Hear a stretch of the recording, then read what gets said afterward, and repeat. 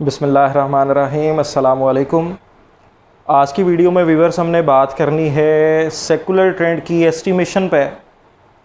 Time series का topic हम कर रहे हैं। टाइम सीरीज़ को डिफ़ाइन किया, उसके मेजर कंपोनेंट्स को और बेसिक कंपोनेंट्स की हमने बात की। बेसिक कंपोनेंट्स हमने कहा चार हैं: secular trend, seasonal variations, cyclical fluctuations और इर्रेगुलर मूवमेंट्स। तो ये जो फर्स्ट कंपोनेंट ऑफ वेरिएशन है सेकुलर ट्रेंड, इसी को आज हम लेके चलेंगे और इसी पे बात करेंगे कि सेकुलर ट्रेंड जो component of variation of time series है, इसके एस्टिमेशन के मेथड्स कितने हैं और कौन कौन से हैं। और फिर उसके बाद बात करेंगे कि टाइम सीरीज़ के मॉडल्स कौन कौन से हैं। और फिर अगर डी ट्रेंडिंग करनी हो गिवन टाइम सीरीज़ की तो फिर किस तरह से की जाती है और किसको कहा जाता है, डी ट्रेंडिंग का मतलब क्या है। तो आइए देखते हैं जी। सबसे पहले methods of estimation of secular trend हैं कितने जी। There are 4 methods of estimation of secular trend. और वो 4 methods estimation of secular trend के कौन कौन से हैं। The first one is free hand curve method, the second one is moving averages, the third one is semi averages method और the fourth one is least squares method. ये 4 मुख्तलिफ तरीक़ाकार हैं जिनको इस्तेमाल करते हुए हम सेकुलर ट्रेंड को एस्टिमेट करना सीखते हैं और ये जानना सीखते हैं कि आया कि सेकुलर ट्रेंड की वजह से गिवन टाइम सीरीज़ की वैल्यूज़ पे क्या इफ़ेक्ट हो रहा है। तो सबसे पहले हम बात करते हैं फ्री हैंड कर्व मेथड की। इन तमाम की डेफिनेशंस डिस्क्रिप्शन में अवेलेबल हैं, वहाँ से भी रीड करें ताकि अच्छी तरह से समझ आ जाए। और हम भी इसको उर्दू में पहले समझते हैं और फिर साथ में इंग्लिश में भी डिफ़ाइन करने की कोशिश करते हैं। Viewers, free hand curve method नाम से ही जाहिर है कि ये कोई ग्राफिक मेथड है। फ्री हैंड कर्व की बात हो रही है तो ये ग्राफिक मेथड है, इसमें हमने कोई ग्राफिकली रिप्रेजेंटेशन देनी है। तो क्या देनी है जी ग्राफिकल रिप्रेजेंटेशन, किस तरह से देनी है। हिस्टोरीग्राम को हमने डिफाइन किया था कि गिवन टाइम सीरीज को अगर रिप्रेजेंट कर दें कर्व की फॉर्म में ग्राफ पेपर पे, तो ये हमारे पास जो ग्राफिकल रिप्रेजेंटेशन टाइम सीरीज की होगी ये हिस्टोरीग्राम कहलाएगी। तो फ्री हैंड कर्व मेथड में बिल्कुल हम पहले स्टेप पे हिस्टोरीग्राम ही बनाएंगे जी, और बनने वाली हिस्टोरीग्राम में से फ्री हैंड एक लाइन गुजार देंगे इस तरह से कि ज़्यादा से ज़्यादा प्लॉटेड पॉइंट्स जो हैं वो लाइन के करीब करीब नज़र आएँ, करीब करीब पाए जाएँ। तो ऐसी जो हमारे पास कर्व बनेगी, ये जो फ्री हैंड हमने एक कर्व गुजार दी उस हिस्टोरीग्राम में से, ये हमारे पास फ्री हैंड कर्व मेथड कहलाएगा। और अगर हम इसको इंग्लिश में डिफाइन करें तो हम कह सकते हैं कि in free hand curve method first of all we draw histogram of given time series and then we draw a freehand curve through this histogram. This method is called freehand curve method।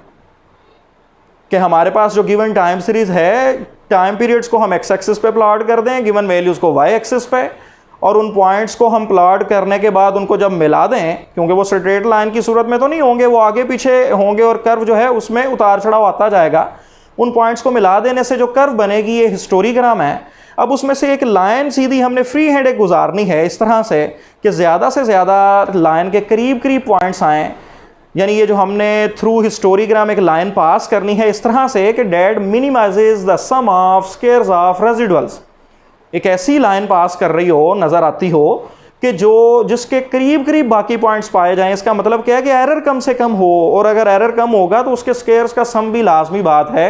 Residuals के squares का सम यानी errors के squares का सम वो फिर minimum होगा। तो लिहाजा in this method first of all we draw a historigram and then we draw a free hand curve through this historigram that minimizes the sum of squares of residuals. ये हमने viewers free hand curve method को define कर लिया। आइए अब देखते हैं second method हमारे पास कौन सा है जी, सेमी एवरेजेस मेथड। तो सेमी एवरेजेस मेथड क्या है। In this method first of all we divide the given data into 2 हाफ्स। गिवन डेटा को 2 बराबर हिस्सों में तकसीम कर देते हैं। अगर 10 वैल्यूज़ हैं तो 5-5 के 2 हाफ्स हो गए। अगर 11 हैं तो 5-5 के 2 हाफ्स कर लें, दरमियान में एक वैल्यू छोड़ दें। तो ये हमारे पास 2 हाफ्स हो गए। फर्स्ट हाफ की एवरेज को y1 डैश कह लें, सेकंड हाफ की एवरेज को y2 डैश कह लें। एवरेज मीन उनका अरिथमेटिक मीन कैलकुलेट कर लें, सम करके नंबर ऑफ़ वैल्यूज़ पे डिवाइड कर दें। तो ये जो दोनों हाफ्स की एवरेजेस आएंगी, इन एवरेजेस की मदद से अगर हम स्ट्रेट लाइन फाइंड कर लें y = a + bx, तो हमारे पास बाय यूजिंग दीज एवरेजेस, ये जो हमने ट्रेंड लाइन एक फाइंड कर ली y is equal to a plus B X, ये हम कहेंगे कि सेमी एवरेजेस मेथड है, क्योंकि सेमी का मतलब होता है हाफ कर लेना, और डेटा के दो इक्वल हाफ्स ही हमने किए हैं और उन हाफ्स की एवरेजेस को इस्तेमाल करते हुए ट्रेंड लाइन की एस्टिमेशन की है, तो ये हमारे पास सेमी एवरेजेस मेथड कहलाएगा। लिहाजा अगर हम इसको इंग्लिश में डिफाइन करें तो हम कह सकते हैं in this method first of all we divide the given time series into two halves and then we compute the averages of these halves and then we compute a straight line by using these averages, so this method is called semi averages method. अब इन methods को numerically करना हम next videos में सीखेंगे। अभी जैसे हम इसको समझ रहे हैं ताकि जब न्यूमेरिकल क्वेश्चंस पर जाएं तो इनको कैलकुलेट करना बहुत आसान हो हमारे लिए। दोबारा से सुन लें कि गिवन डेटा को दो बराबर हिस्सों में तकसीम करने के लिए दरमियान में वैल्यू छोड़नी पड़ती है, छोड़ दें, नहीं छोड़नी पड़ती तो वैसे ही दो हाफ्स करके उनकी एवरेजेस कैलकुलेट कर लें, और उन एवरेजेस की मदद से जब हम लाइन फाइंड करेंगे ट्रेंड लाइन, तो ये हमारे पास सेमी एवरेजेस मेथड होगा।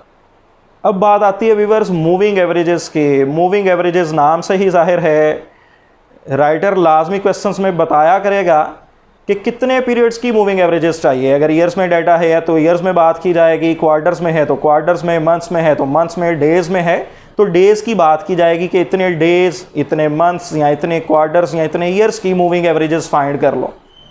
फॉर एग्जांपल हमारे पास ईयर्स में डाटा गिवन है और राइटर ने कहा कि 5 ईयर्स मूविंग एवरेजेस चाहिए, तो हम फर्स्ट 5 टाइम पीरियड की एवरेज कैलकुलेट कर लेंगे और उसके बाद यानी फर्स्ट 5 ईयर्स की जो वैल्यूज़ हैं उनको ऐड करके 5 पे डिवाइड कर देंगे तो एवरेज आ जाएगी। उसके बाद वन स्टेप मूव करते जाएंगे। पहला साल छोड़ा, नेक्स्ट 1 साल शामिल कर लिया, फिर पहला साल छोड़ा, नेक्स्ट 1 साल शामिल कर लिया, फिर पहला साल छोड़ा और उस प्रीवियस ईयर को एक को छोड़ के नेक्स्ट ईयर को शामिल कर लिया। ये जो हम एक एक स्टेप मूव करते जा रहे हैं, इसका मतलब है मूविंग एवरेजेस फाइंड करते जा रहे हैं, तो ये हमारे पास मूविंग एवरेजेस मेथड है। इसको भी डिफाइन किया गया है डिस्क्रिप्शन में बाय यूजिंग फार्मूलाज, इसको समझना ज़्यादा आसान होगा, तो लिहाजा उस फार्मूले को गौर से देखिएगा डिस्क्रिप्शन में ताकि आपके इसकी लॉजिक समझने में आसानी रहे, और फिर जब न्यूमेरिकल क्वेश्चंस पे हम आएंगे तो मज़ीद आसानी पैदा हो जाएगी। इसमें हमने कोई trend line y is equal to a plus B X की फॉर्म में फाइंड नहीं करनी। ये जो मूविंग एवरेजेस आई हैं यही हमारे पास ट्रेंड वैल्यूज़ हैं। उसके बाद बात करते हैं जी फोर्थ मेथड की, जो कि लीस्ट स्क्वायर मेथड है। लीस्ट स्क्वायर मेथड या लीस्ट स्क्वायर प्रिंसिपल या मेथड ऑफ लीस्ट स्क्वायर जिसको कहा जाता है, इसको हम रिग्रेशन के टॉपिक में भी डिस्कस करते हैं। नाम से ही जाहिर है लीस्ट स्क्वायर्स, ऐसा मेथड जिससे रेजिडुअल्स के स्क्वायर्स का सम लीस्ट हो, that minimizes the sum of squares of residuals, ये हमारे पास मेथड ऑफ लीस्ट स्क्वायर कहलाएगा। इसकी मदद से हम रिग्रेशन में भी y is equal to a plus B x line find करना सीखते हैं, और टाइम सीरीज एनालिसिस में भी y is equal to a plus B X यानी लीनियर ट्रेंड की एस्टिमेशन भी सीखेंगे। और ये वाहद एक ऐसा मेथड होगा एनालिसिस ऑफ टाइम सीरीज में और सेकुलर ट्रेंड की एस्टिमेशन के लिए कि जिसमें सिर्फ हम लीनियर ट्रेंड की एस्टिमेशन ही नहीं बल्कि मेथड ऑफ लीस्ट स्क्वायर को इस्तेमाल करते हुए पैराबोलिक ट्रेंड यानी सेकंड डिग्री कर्व भी एस्टिमेट करना सीखेंगे। तो लिहाजा ये मेथड इंतहाई ज़्यादा अहमियत का हामिल है इस हवाले से, और बहुत अहम समझा जाता है क्योंकि इससे सेकुलर ट्रेंड की एस्टिमेशन में बहुत ज़्यादा हेल्प मिलती है। हम पैराबोलिक ट्रेंड अगर पाया जा रहा हो सेकुलर ट्रेंड में तो हम उसकी भी एस्टिमेशन इसकी मदद से कर सकते हैं। जहाँ तक बात है इसको डिफाइन करने की, तो हम कह सकते हैं कि according to the least square principles the sum of squares of residuals should be least, कि ये एक ऐसा प्रिंसिपल है, एक ऐसा मेथड है कि जिससे हासिल होने वाले रेजिडुअल्स यानी एरर्स के स्क्वायर्स का सम मिनिमम होता। तो व्यूअर्स अब बात करते हैं हम मॉडल ऑफ टाइम सीरीज की। मॉडल ऑफ टाइम सीरीज कितने हैं और कौन कौन से हैं? Models of time series viewers 2 हैं, या तो मल्टीप्लिकेटिव मॉडल या फिर एडिटिव मॉडल हो सकता है। यानी गिवन टाइम सीरीज की जो वैल्यूज़ हैं वो इन चारों कंपोनेंट्स के या तो प्रोडक्ट पे मुश्तमिल हो सकती हैं या फिर उन चारों कंपोनेंट्स की एडिशन पे मुश्तमिल हो सकती हैं। चारों बेसिक कंपोनेंट्स जो हमने पढ़े हुए हैं, secular trend, seasonal variation, cyclical fluctuation और इर्रेगुलर मूवमेंट्स। यहाँ पे सेकुलर ट्रेंड को T से जाहिर किया गया है, साइक्लिकल फ्लक्चुएशंस को C से, सीजनल वेरिएशंस को S से और इरेगुलर मूवमेंट्स को I से। तो अगर गिवन टाइम सीरीज की वैल्यूज़ जिनको हम Y से जाहिर करते हैं, अगर इन चारों कंपोनेंट्स के प्रोडक्ट में मुश्तमिल है, जिस तरह के आपके सामने व्यूअर्स ये मेंशन है, तो हम कहेंगे कि ये मल्टीप्लिकेटिव मॉडल है। और अगर इन चारों कंपोनेंट्स की एडिशन के बराबर है तो हम कहेंगे कि ये एडिटिव मॉडल है। इन मॉडल्स को पढ़ने की ज़रूरत क्यों पेश आई? क्योंकि एक टर्म को हमने डिफाइन करना है, डी ट्रेंडिंग। जिस तरह हमने स्मूथिंग ऑफ टाइम सीरीज़ में एक जर्नल बात कर दी कि गिवन टाइम सीरीज़ में से किसी भी अनवांटेड कंपोनेंट को निकाल देना, एलिमिनेट कर देना, ये स्मूथिंग ऑफ टाइम सीरीज़ है। तो इसी तरह अगर हम स्पेसिफिक एक सेकुलर ट्रेंड की बात कर लें कि अगर ट्रेंड का जो कंपोनेंट है, सेकुलर ट्रेंड का जो कंपोनेंट है, इसको अगर हम एलिमिनेट कर रहे होंगे, गिवन टाइम सीरीज़ में से निकालना चाह रहे होंगे, निकाल रहे होंगे, तो ये जो एलिमिनेशन ऑफ सेकुलर ट्रेंड होगी गिवन टाइम सीरीज़ में से, ये डी ट्रेंडिंग होगी।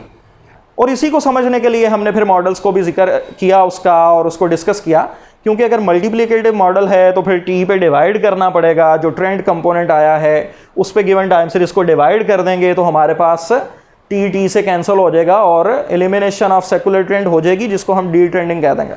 और अगर एडिटिव मॉडल है तो फिर हम डिवीजन की तरफ नहीं बल्कि माइनस की तरफ जाएंगे और फिर गिवन टाइम सीरीज़ में से ट्रेंड कंपोनेंट को जो है वो हमेशा के लिए ख़त्म कर दिया जाएगा। तो आज की वीडियो में व्यूअर्स हमने बात की कि एस्टिमेशन ऑफ सेकुलर ट्रेंड के मेथड्स कितने हैं जी? 4। और वो चारों मेथड्स कौन कौन से हैं? सेमी एवरेजेस है कि जिसमें हम गिवन डाटा को 2 बराबर हाफ्स में डिवाइड कर देते हैं, उन हाफ्स की एवरेजेस कैलकुलेट कर लेते हैं और उन एवरेजेस की मदद से further trend line y is equal to a plus bx find की जाए, तो ये सेमी एवरेजेस मेथड है।